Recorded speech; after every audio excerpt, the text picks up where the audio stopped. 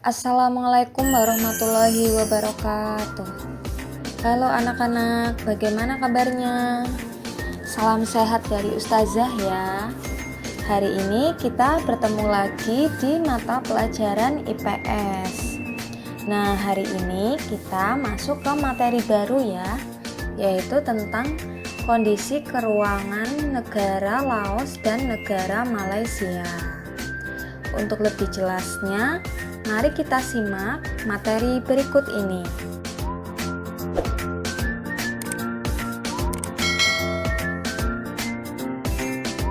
Tujuan pembelajaran pada hari ini yaitu pertama, peserta didik mampu menjelaskan bagaimana kondisi keuangan negara Laos. Yang kedua, peserta didik mampu menjelaskan bagaimana kondisi keuangan negara Malaysia. Yang pertama yaitu kondisi keuangan negara Laos. Laos ini merupakan negara kecil ya. Namun, walaupun negaranya kecil, tetapi dia memiliki kekayaan alam yang melimpah. Negara Laos ini merupakan satu-satunya negara di kawasan Asia Tenggara yang tidak memiliki lautan. Jadi daratan semua ya. Sehingga negara ini mendapat julukan The Landlocked Country, yang artinya tanah yang terkunci dan terkepung daratan.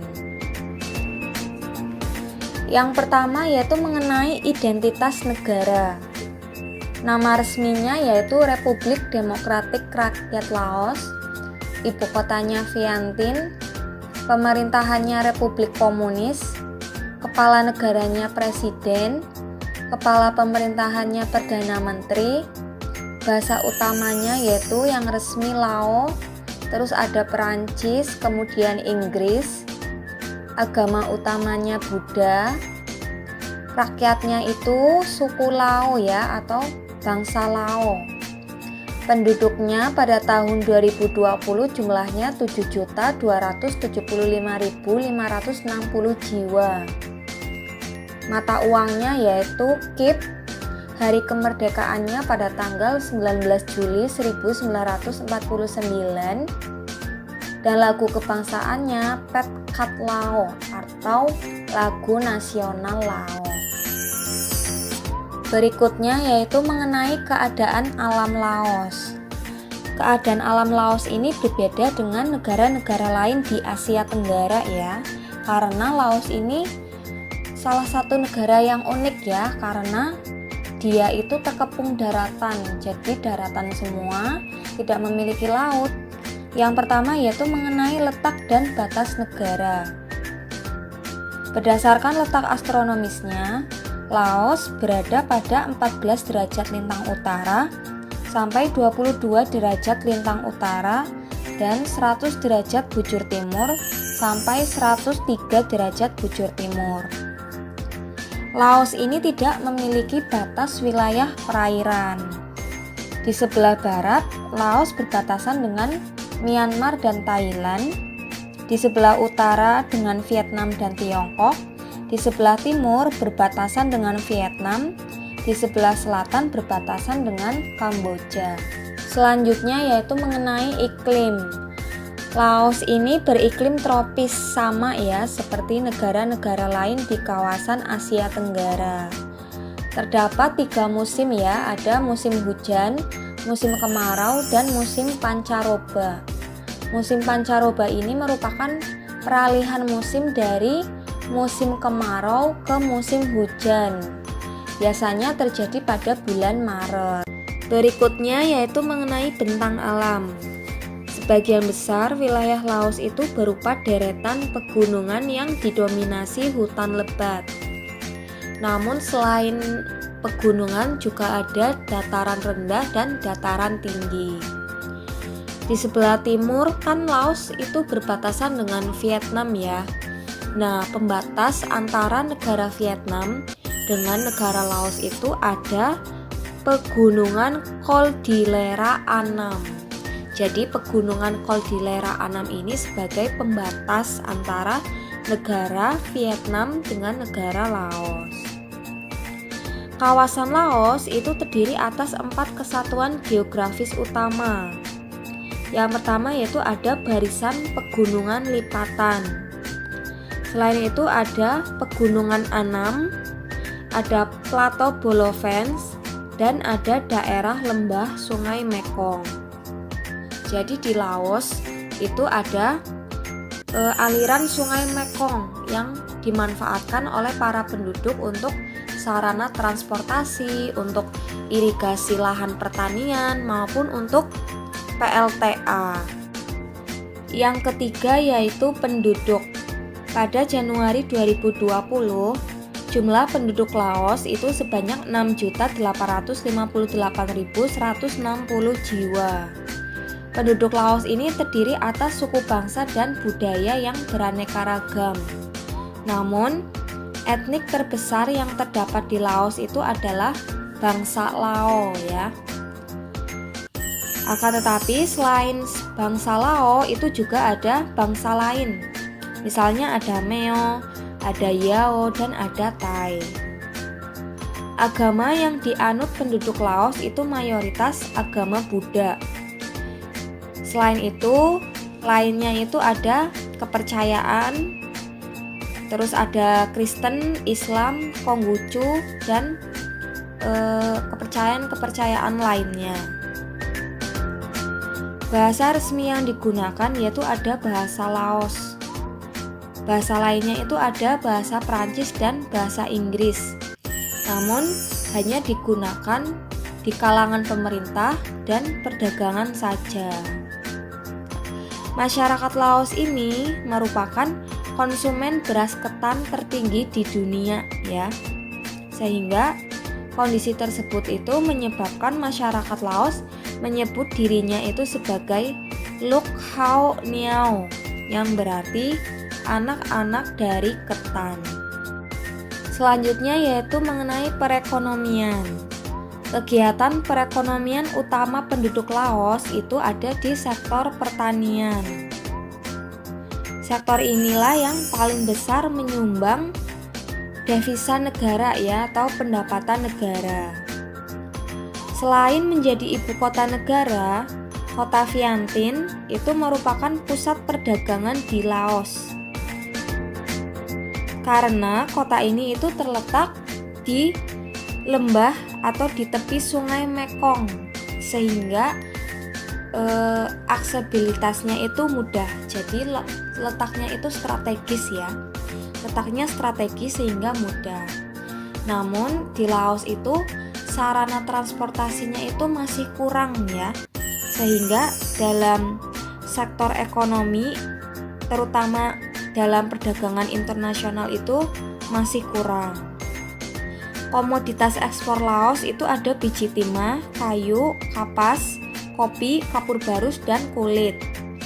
Sementara itu, impornya itu ada beras, minyak bumi, mesin, dan barang elektronik. Berikutnya yaitu mengenai sumber daya alam. Laos ini memiliki potensi sumber daya alam yang belum dimanfaatkan secara optimal. Jenis sumber daya alamnya itu ada sumber daya alam pertanian, perhutanan, dan juga ada pertambangan. Nah, sumber daya alam pertanian ini merupakan komoditas utama Laos, seperti jagung, padi, kapas, tembakau, kopi, dan buah jeruk. Kalau untuk sumber daya hutannya, itu ada kayu jati dan damar. Sedangkan sumber daya tambang, itu walaupun jumlahnya terbatas, tapi ada ya di Laos, yaitu ada tembaga, timah, biji besi, batu bara, dan belerang. Yang terakhir yaitu mengenai kerjasama. Laos ini juga melakukan berbagai kerjasama ya.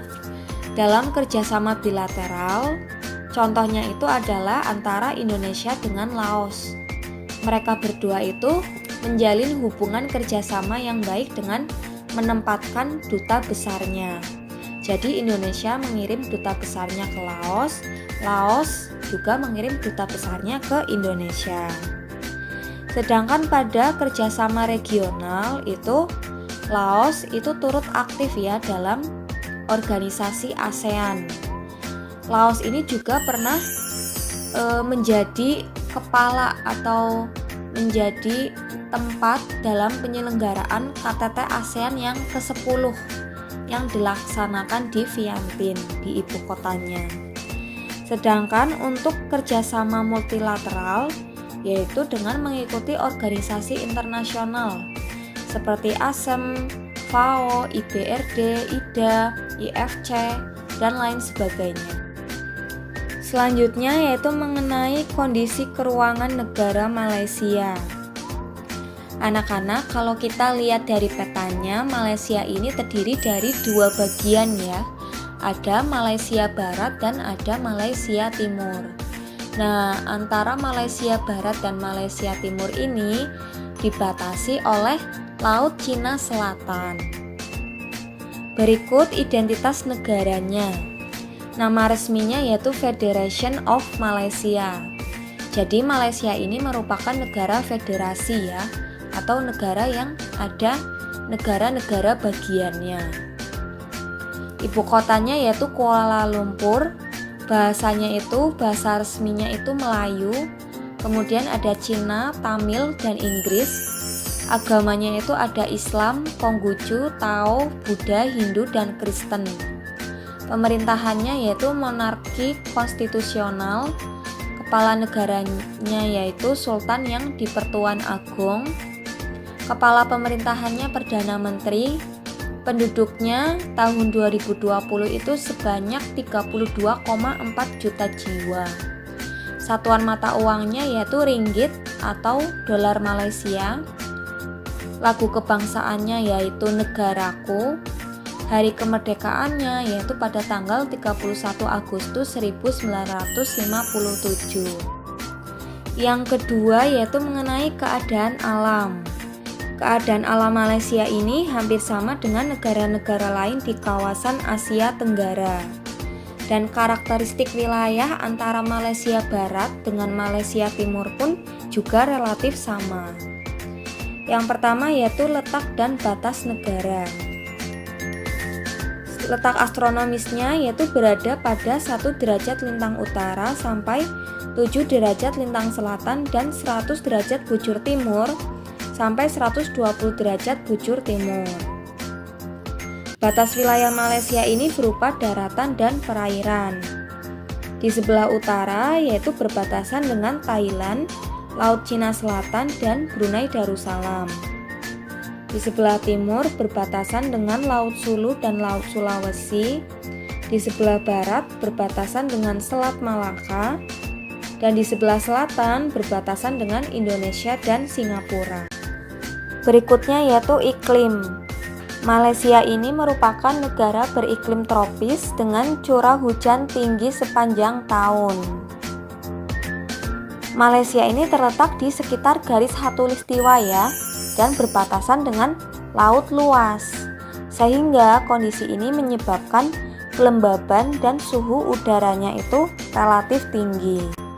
Selanjutnya yaitu mengenai bentang alam. Wilayah Malaysia Barat dan Malaysia Timur itu memiliki bentang alam yang hampir sama, yaitu ada pegunungan dan juga ada dataran.